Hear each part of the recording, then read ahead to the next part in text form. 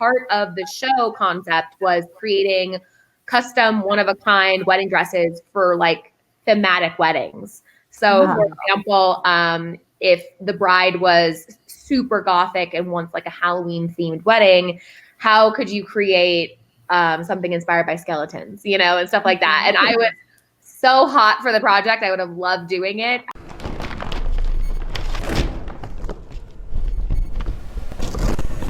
Without any further ado, we're going to bring out our guest. She is the one and only Hayley Paige. Oh, that was like the best intro ever. Oh, this is very, we are so excited about this, and we've been looking forward to this for a long time. Thank you so much for joining us. Oh, my pleasure. Thanks for bringing me on. And I just have to say, you made the most beautiful Hayley Paige bride. Oh my gosh, I'm going to have to make you bride of the day after this. It would be an honor. It's so funny because when I was out searching for my dress, before I even got on Say Yes to the Dress, everyone's like, oh, you're a Hayley Paige bride. And I was like, okay. And so like when I was looking up your designs, I was like, oh my God, I'm a Hayley Paige bride. And like, so my real name is Heather Paige. So everyone's like, it just makes sense. Heather Paige, Hayley Paige. And then the second that I tried that dress on, like, you know, for you. I think we have a picture of it. I'm not sure if we have a picture of my gown that I got from Kleinfeld. The most gorgeous. You're hiding her face with the promo picture, Jude. You gotta. There we go. Yeah. Thank you so much. What is the name of this gown? Do you remember? Like it's Leah. The Leah gown, and she is kind of one of a kind in her coloration. I don't have a single other dress that is of that colorway, and she's just magical. And she needs to be on a magical human, which is what you are. Thank you. And I felt super magical. So just thank you for creating my dream dress that I couldn't even try to create this like in my own mind, something this perfect. So the fact that you did, thank you. Thank you for wearing it. I just feel like the dress doesn't come to life until, you know, the bride has her on. So, but yeah, this dress in particular, my gosh, it just looks like it embodies your spirit, you know, in dress form without even meeting you beforehand. You just can tell. Thank you. Yeah. I have to agree. And, you know, being there at the time, like, so she came out in the first dress and we're all like, oh, that's so pretty. And it was pretty. Could say. but it wasn't a Hayley Paige dress. It was a beautiful gown, but it wasn't. Yeah. And then, you know, she comes out in that one. And I mean, because she is a very petite woman, I mean, the tulle was like swallowing her whole, which was adorable, but also it was like, and then you could see her walking in it, and the lace and just the coloring was like so spot on that she started losing it. So I started losing it, and it was beautiful. Yeah. Waterworks galore. Yeah. So more curious about, so what's it like for you getting the opportunity to see brides trying your dresses on and your designs on Say Yes to the Dress? Oh, I love it so much. You know, for how much I've done it too, nothing really has dulled my senses, because I feel like I get to have these magic moments continuously over and over again.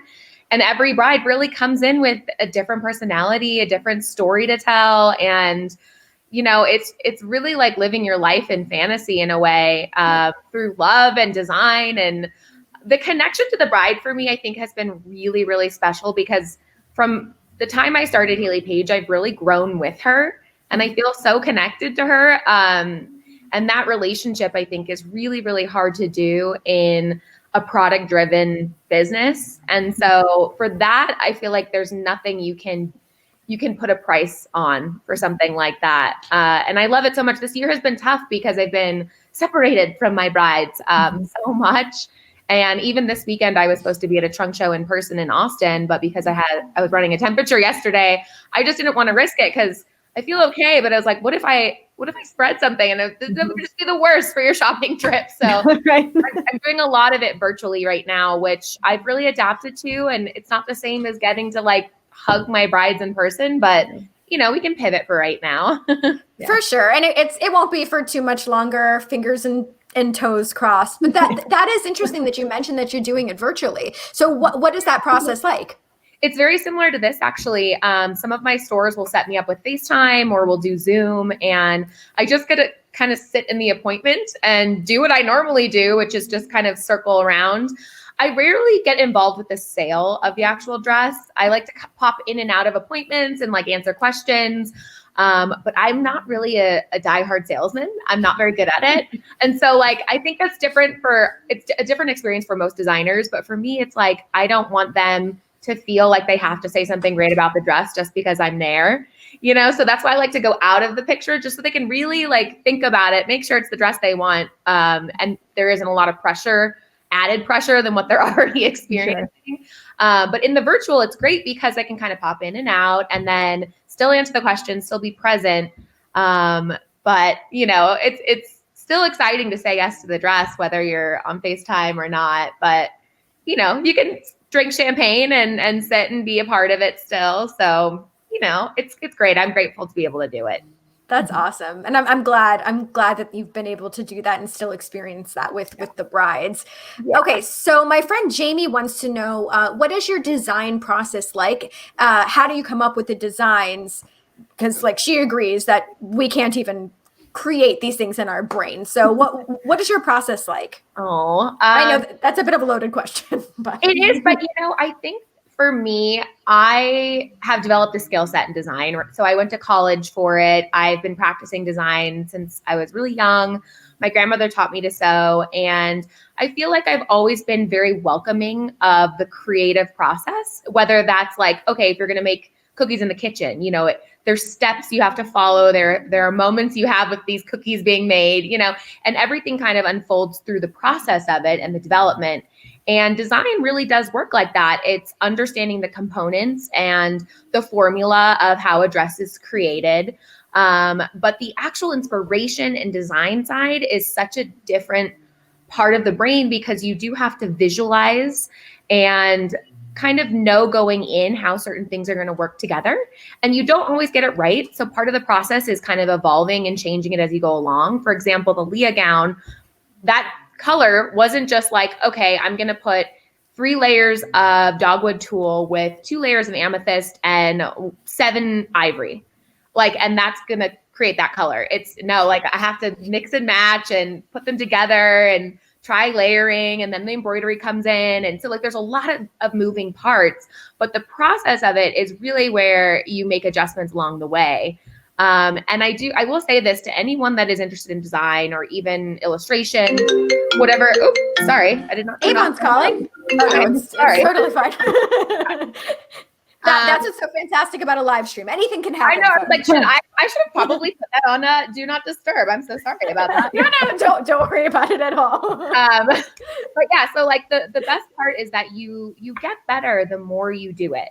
So it's not like one of those things where, okay, Michael Jordan is born a great basketball player. He put his 10,000 hours in, probably 100,000 hours in, and got better over time. And if you love it and you're driven by passion and you have that purpose behind it, you stick with it, you take it day by day, you get better and better and better. And, it's something that I've really invested in. I didn't always have conviction that I would be a great designer. In fact, I was like, I don't think I'm going to be very good at this, but over the years, I built the confidence, and I still feel like my best designs are ahead of me, which is such an exciting thing. Is I have so much to learn still. And even in the process of creating a dress, I get better every time. You learn mistakes along the way and things that you don't want to do. This corset works best for this kind of skirt. This underlay really helps with extra support. It's great for grading.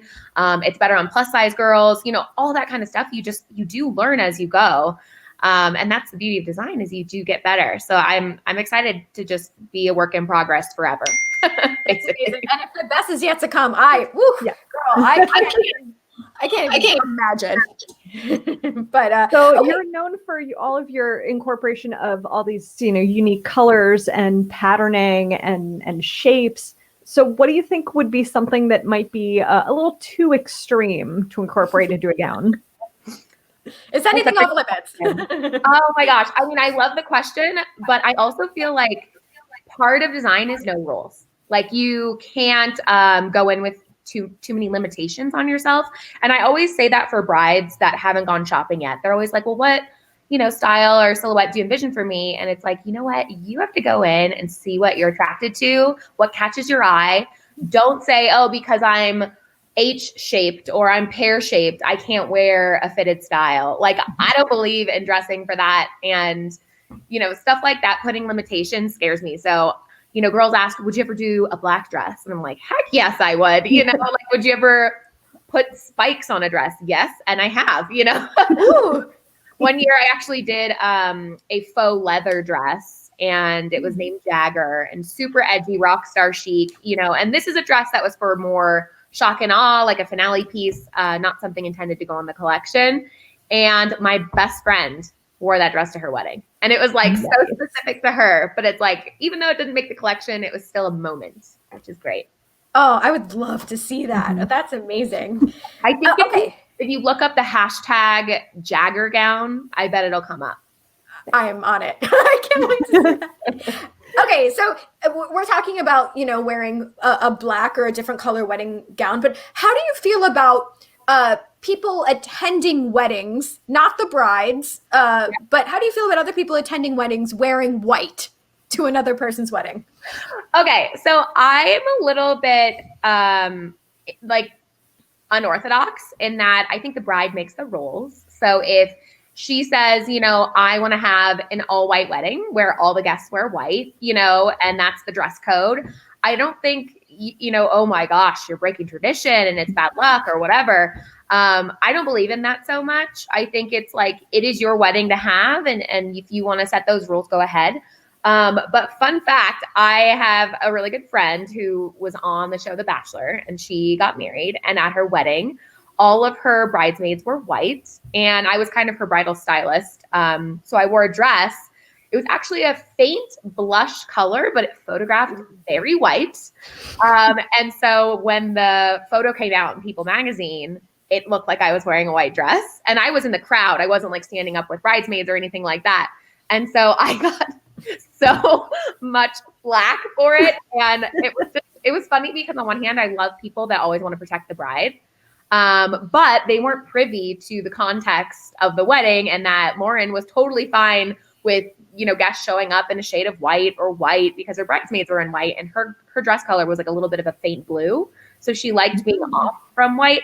But it's, it's funny. It's like, I feel like you make your own rules, but at the same time, if you haven't been told one way or another, probably shouldn't show up in white. Fair enough. I like the idea of the making your own rules thing, because I feel like some of these like rules could be like slightly outdated. Even the whole like, don't wear white after Labor Day. Like, I can't figure that one out, but okay. Yeah, very, very strange. But it is kind of fun to know what certain rules have been over fashion, like over the history of fashion, and why they became rules, or, it's interesting, but I feel like you got to make it path. Well, kind of in that same vein, can you tell us what's the weirdest wedding superstition you've ever heard of or seen, maybe? This isn't that weird, but they say, if it rains on your wedding day, it is good luck. It's a sign of good luck, even though typically it's a very unfortunate circumstance because there's a lot of weddings outside and you have to have contingencies and tents put up in place as a backup. But I've actually heard that if it hails, it is like a sign that the marriage wouldn't work out. And just so happens I've been married before, and it hailed the day before the wedding. I feel like we need the Alanis Morissette follow-up. It's like, hey, on your wedding day, right? That's the next one we need. All right. Isn't it ironic? Hail! I've never heard that before. Have you, Danica? Yeah, I hadn't either, no. Yeah. Huh. Okay. All right. I'm not superstitious, but I'm a little stitious. A little stitious. I think we're a little stitious. I love that too. So in addition to your bridal line, I mean, like, you have multiple lines. You're just like so incredible with just like all your different styles of design. And I want to know about your favorite part, seeing your lines on the runway, or maybe the scariest part about being part of a runway show. Gosh, I think part of being on a runway show, like coming out at the end, it's always so nerve-wracking because you're walking out in front of a huge crowd of people. They just looked at your work, they critiqued it, and there's such a vulnerability to it. And it's the most elevated I've felt in terms of vulnerability in my work, because at least on TV with Say Yes to the Dress, there's not that many people. You have a crew, and the more you do it, the more used to the setting of being in front of a camera you get, for sure. But there really is nothing like, I have so much respect for models, because it's like, there's nothing like walking down that runway with the lights on you. And it's like, what if you trip? What if, I don't know. What if you forgot to put pants on? I just like, there's so much that goes into that moment, and so much preparation goes into that runway show. So, it's very heightened, it's very elevated. I was a gymnast growing up, and I would kind of relate it to a performance, on the floor, where it's all about your personality and your tricks and everything. And it's a big moment. It's still just as scary every time. Yeah, I can't even imagine. Yeah. Well, I was kind of in that kind of vein, because you do so many different kinds of design. Have you done, or have you considered doing costume design? Yes. So actually, we had an incredible costume department at Cornell, where I studied, and it was something it is something that I've always been really attracted to. One of my favorite designers of all time is Jean-Paul Gaultier, and he is an incredible designer, but also does costume work. And one of my favorite movies is The Fifth Element, and he did the entire costume wardrobe for The Fifth Element, and I think he actually got the Academy Award for it. But I've always been fascinated with it, and it's so couture and so artistic, because you're really making individual garments for specific actors, for specific roles, and so much history and knowledge and like science goes into a lot of that stuff. So I have always been very into science. I actually majored in pre-med my first 2 years at Cornell, so I was kind of going wish-washy between fiber science and regular science. So I would love to do that at some point. My sister is a producer, actually, and so she has big movie sets and documentary sets and music video sets. And so I've done a few projects with her, but it's a totally different line of work. So I have a lot of respect for it. And I feel like you have to be doing it nonstop to get really, really good at it. So I haven't put those hours in yet. It's funny because I was looking at, actually, is it Chris Tucker that was in Fifth Element? He played what was his name? Yeah, one of the coolest outfits. Like, that will stick in my mind with forever. The roses. The leopard with the roses. He looks like a bouquet. Gorgeous. Perfect. It's funny that you mentioned that. I was literally looking up his costume yesterday. Okay. Love it. Well, so I guess there's not really a good segue, I guess. But no, it's okay. You don't have to segue. The next question. That's what we do on our podcast all the time. I like the question. So what would you say is the craziest project that has ever been offered to you that you had to turn down? Actually, I was offered a reality show, and it never came to fruition. And this was like at least 6 or 7 years ago. And it was for over-the-top themed weddings. And this is actually very on topic with what the question you just asked, because part of the show concept was creating custom one-of-a-kind wedding dresses for like thematic weddings. So for example, if the bride was super gothic and wants like a Halloween themed wedding, how could you create something inspired by skeletons, and stuff like that. And I was so hot for the project. I would have loved doing it. But it's such a departure from what my actual business is. And I was really young too. So I feel like I had a lot more work to put into actual collection building. So it didn't end up being a project that I could do, but I think it would still be such a good idea and such a good show. So I mean, never say never. It could come back around. It does sound like a really, really fun show. Right? Like, could you imagine if it was like underwater theme and you had to design like an underwater dress that like moves with the water and stuff? It'd be so good. Man. Okay. Yes, I'm very much into it. So when we were, doing research before this, I've seen so many of your clients. You've gotten to dress so many incredible humans. But is there a person that you would like the opportunity to design for that you haven't done so yet? Oh gosh. Yeah. I feel like, Rihanna would be pretty fun. I think she's pretty creative, and I love that she's kind of like a beauty maven as well. I've loved every single person I've worked with. I've been so lucky because there have been some major horror stories I've heard from other designers working with private clients, and I've just never really had a bad experience. And the only times it's been tough is when the celebrity has like a huge team around them, where there's like a manager and then an agent and then a stylist and then a wardrobe person. And like, you have to go through so many people to get an answer. And it becomes really frustrating because somebody will make one decision and then the celebrity is like, I actually want to do this, but they're not going to let me. And then you kind of get caught because you want them to feel, like they're being served, but then they have this team that's like, it's an image and there's all this stuff. So it can get complicated, but I've loved every single person I've worked with. Like Sabrina Bryan, she's a Cheetah Girls. She was on the Cheetah Girls, and then she was on the Stars.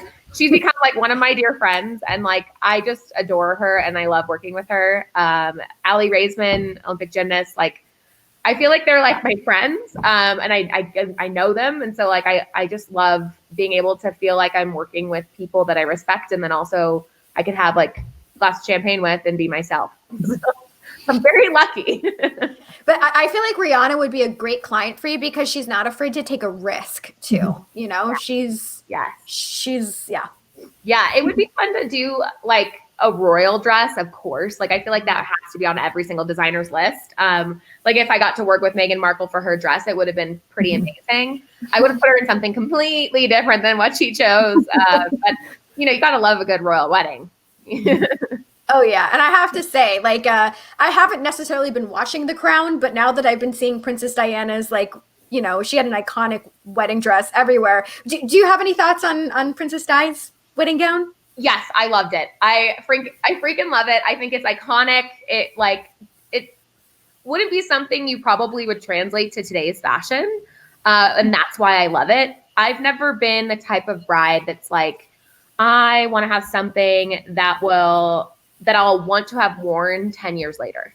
Cause I worry that like your style changes so much and fashion is so fast now, that I am so much more of an of the moment bride. And it's like, go all out with exactly what you want in that moment. Don't worry about the future, because I think even the more specific you are to yourself at that time period, the more you'll appreciate what a departure it is later. And Princess Diana is a perfect example of that. Like she just went all out in a bag of chips, and it was like, no one else could wear that. Yeah. All right. So I'm going to switch gears here just a little bit. And because of all of your many other endeavors, for those who don't know, everybody who's watching, you also co-host the All That Glitters podcast, as you can see this lovely graphic right here. So with your husband Conrad. So what made you two decide to start this, especially during a pandemic? And, can you tell us about what's going to be going on going forward? Yes. So Conrad and I met 2.5 years ago. And it's so funny because in the very first meetings, we had so many ideas that overlapped together. Like one was to go to Burning Man together. Another was, to work with your significant other, and do a project that was meaningful, where like we both have our respective careers, but then we come together and have these great conversations. And I think with podcasting, what's really wonderful is that it's a medium where people see a lot more vulnerability, and the way you're showing up and speaking for yourself is so important now than ever, because with Instagram and with a lot of these very visual sites, you only get a small part of the context. It's so much more content visual based. So we loved the idea of a podcast because it was a place where we could come together, talk about our respective fields, talk about new things together. We're really big on motivation. We're big on optimism. And this was kind of our venue for that. And we launched it during the pandemic because we were basically confined to our New York apartment. We were both working from home. He was taking virtual training sessions and doing fitness coaching. And then I was working from my, bedside table, basically. And so we had a lot of extra time because I wasn't traveling as much. And, in New York, I feel like you get so caught up in the hustle. You have these like long 10-hour days. And when you're at home, I feel like you get so much more focused and so much more done. You don't get distracted and pulled into like a million things. So I found that I was having a lot more time in the evenings. And so we just were like, let's go for it. Let's get podcast equipment. We signed with a production company that we absolutely love, and we just went for it. We dove in. And at this point, it's kind of taken on its own little personality, but we're so open to where it goes, from just trying to provide some kind of value to people's lives in a conversation format is a big challenge, but we love it. And we have such good conversations together. We're so lucky that we get to have these chats and then hopefully bring on people that can provide even more value where we lack it. So we love it. I love seeing all these creative ideas that have come out during this crazy time, Yeah. It's Apologies for my dog barking in the background. That's right. Love it. I love That's those. what happens. So what are some of your favorite podcasts to listen to? Okay, I'm huge on motivation and optimism. So I listen to Tony Robbins, Ed Milet. I also love The School of Greatness with Lewis Howell. One of my good friends, Jenna Kutcher, has the Gold Digger podcast. It's empowerment based. It's for, business startups. And I just always leave that podcast with new ideas and new thoughts on branding and marketing. And I think that the thing about the podcast community is that it feels very supportive, and that, we haven't done as much cross promotion yet because we've just started it. And we haven't fully dipped into how you do. Okay, if you come on my show, I'll come on your show, and then we'll cross promote. So there's a learning curve with a lot of that. And the people that we listen to have so many more followers at this point than we do. So it's we have to keep growing it day by day and get that following, and then kind of navigate what categories we can kind of cross promote. But I really do listen to all like fact-based optimism podcasts. I'm not into true crime or any of these fantasy story things, but I could see myself getting into that eventually. Awesome. Well, you have two listeners right here, me and Danica. So yay. Danica, why don't we each ask one more question and then we'll go into the game. Okay. Sounds perfect. Okay. All right. So you've obviously been able to accomplish so much so far in your life, and you're very young. So what are your next projects? What's your next thing besides the podcast? Oh my gosh. I love being creative. I gotta say, I've never felt like I'm just one thing. And I love wedding dress designing. This is something I've always wanted to do my whole life, but it's not the only thing I've ever wanted to do. And I know that just because you're good at one thing doesn't mean you're gonna be good at everything else. But I do love the idea of getting more involved in philanthropy and derivative brands. So things outside of the apparel space, whether that's home decor or it's, writing or, I'm just into everything. And it's I don't want to be somebody that's spread too thin, but at the same time, I want to challenge myself. And, one of the projects I'm most proud of is Holy Matrimoji, which is my emoji app on the App Store. It's for free, and it's kind of based off of the Hayley Paige bride and the wedding experience. And I've never done tech before. I've never done vector illustration on that scale, and it was a lot of work. Oh my gosh! But I'm so glad I did it. And now I learned, I have a lot more information on coding and app development, and maybe I could use it in the future sometime. Yeah, that's for sure. Super badass. I love that. Yeah. And I guess my last question before we go to this game, what legacy would you like to leave on the world? Oh, love. I think that's such a cliched answer, but for me, I do want people to feel loved. And I think you should leave people better than you found them and give them a sense of value and purpose, that they're acknowledged. And that's one of the most important things you can do to people is make them feel valued. So if there was a legacy that could explain that, that would be You know, I think a lot of people would assume I'd pick creativity or, you know, the dexterity of design or something like that. But I'm so much more emotion based. So love for sure. I love that answer. Yeah. All right. So we have a little game. Let me start this by saying there is no wrong answers. It's a game of would you rather.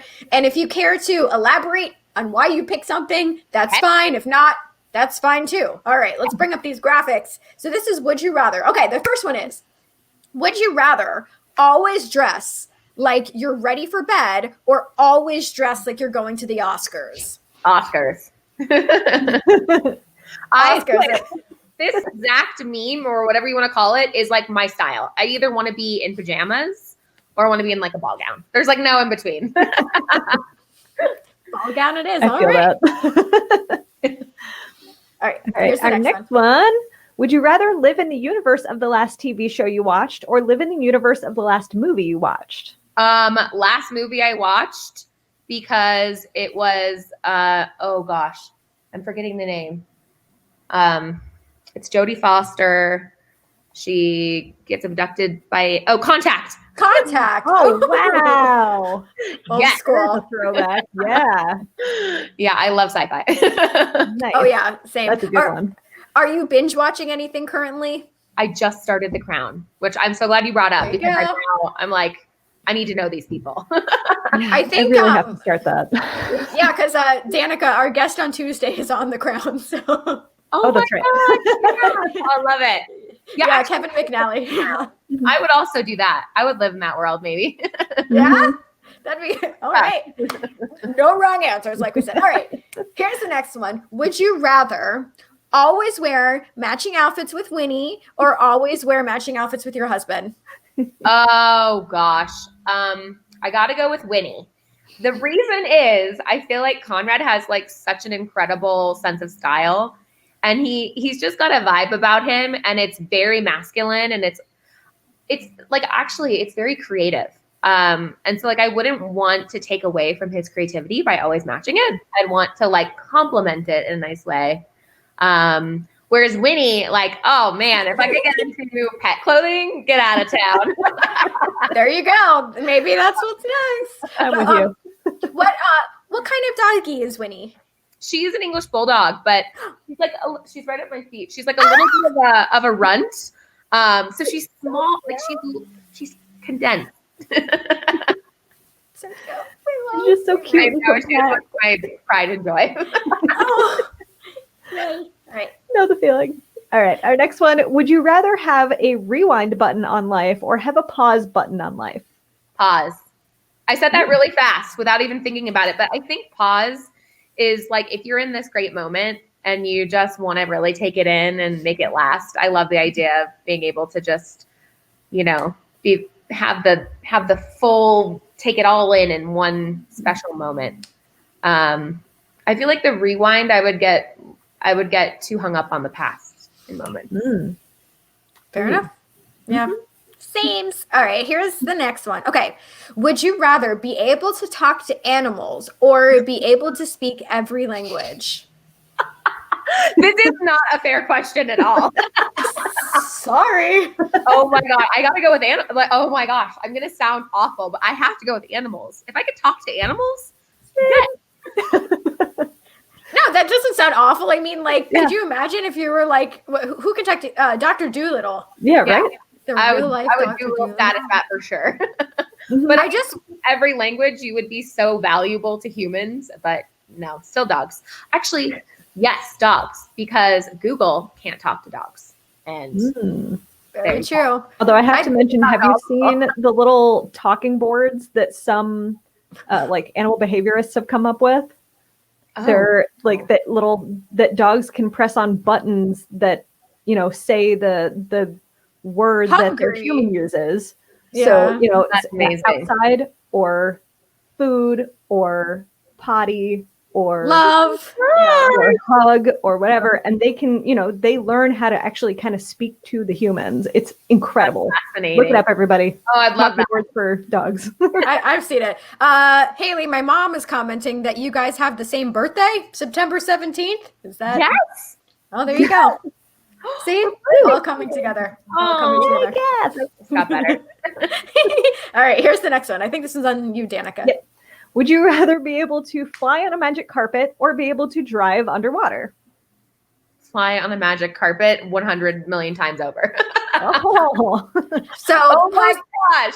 I want to do that right now. well, post-pandemic, where's the first place you would fly to on your magic carpet? Hawaii. It'd be a long trip, but I'd go there.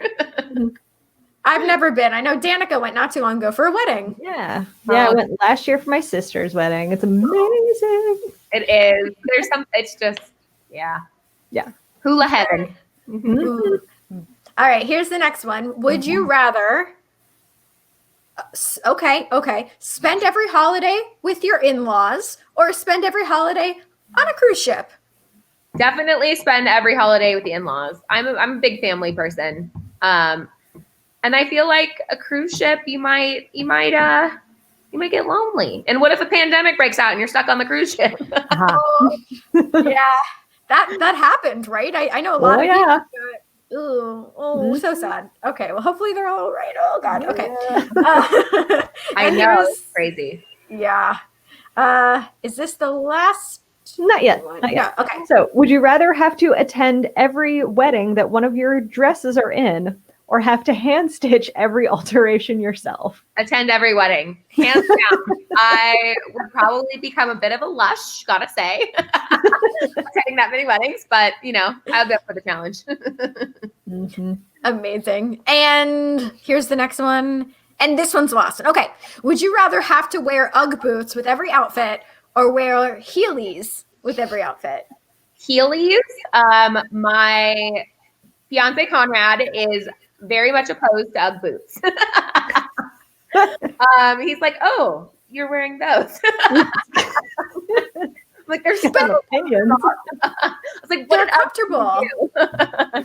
But yeah, I actually love Heelys because I love sneakers with like a little added. Like, I'm a petite size, so I like a little extra oomph in the shoes. There you go. And you can get places just a little bit faster with the Heely on it, Yeah, zoom, zoom. All right. Well, is there any final thoughts that you want to leave us with here today? I just very much enjoyed our chat, and I'm so sorry if I seem a little under the weather. My brain is like, No, you're just fine. I think it's time for bed. So glad to be on here, and you ladies are great. Thank you so much, and I hope that you feel better. Thank you. I appreciate it. Yeah, don't worry. Conrad's making me some soup, and a hot toddy. Good man. What's the go-to soup? Oh, chicken noodle for sure. Or maybe yeah. Tomato sometimes is good as well. Tomato. That sounds good. No, I'm going to get some soup. All right. So, Danica, do you want to go over who we have coming up? All right. Coming up tomorrow morning, actually, for those of us in the U.S., because our guest is not, we have Ryan Roxy, who is the guitarist for Alice Cooper. And then on Tuesday, December 1st, we have actor Kevin McNally. On Thursday, December 3rd, we have the wrestler Gangrel. On the following Tuesday, December 8th, we have Josh Segarra, the actor, and Hurricane Helms, the wonderful wrestler. And then on Thursday, December 10th, we have bassists Matt Riley and Derek Frank. Matt is for Avril Lavigne, and Derek is for Gwen Stefani. Gwen Stefani, most notably. And Shania Twain. But yay, thank you so much again, Hayley. And we hope that we get to talk to you again soon. And best of luck with everything. We can't wait to see what else that you are going to create and share with the world. Thank you so much. Girl power to you. Thank you for having me. All right, everybody. We'll see you guys real soon. Wash your hands. Yeah.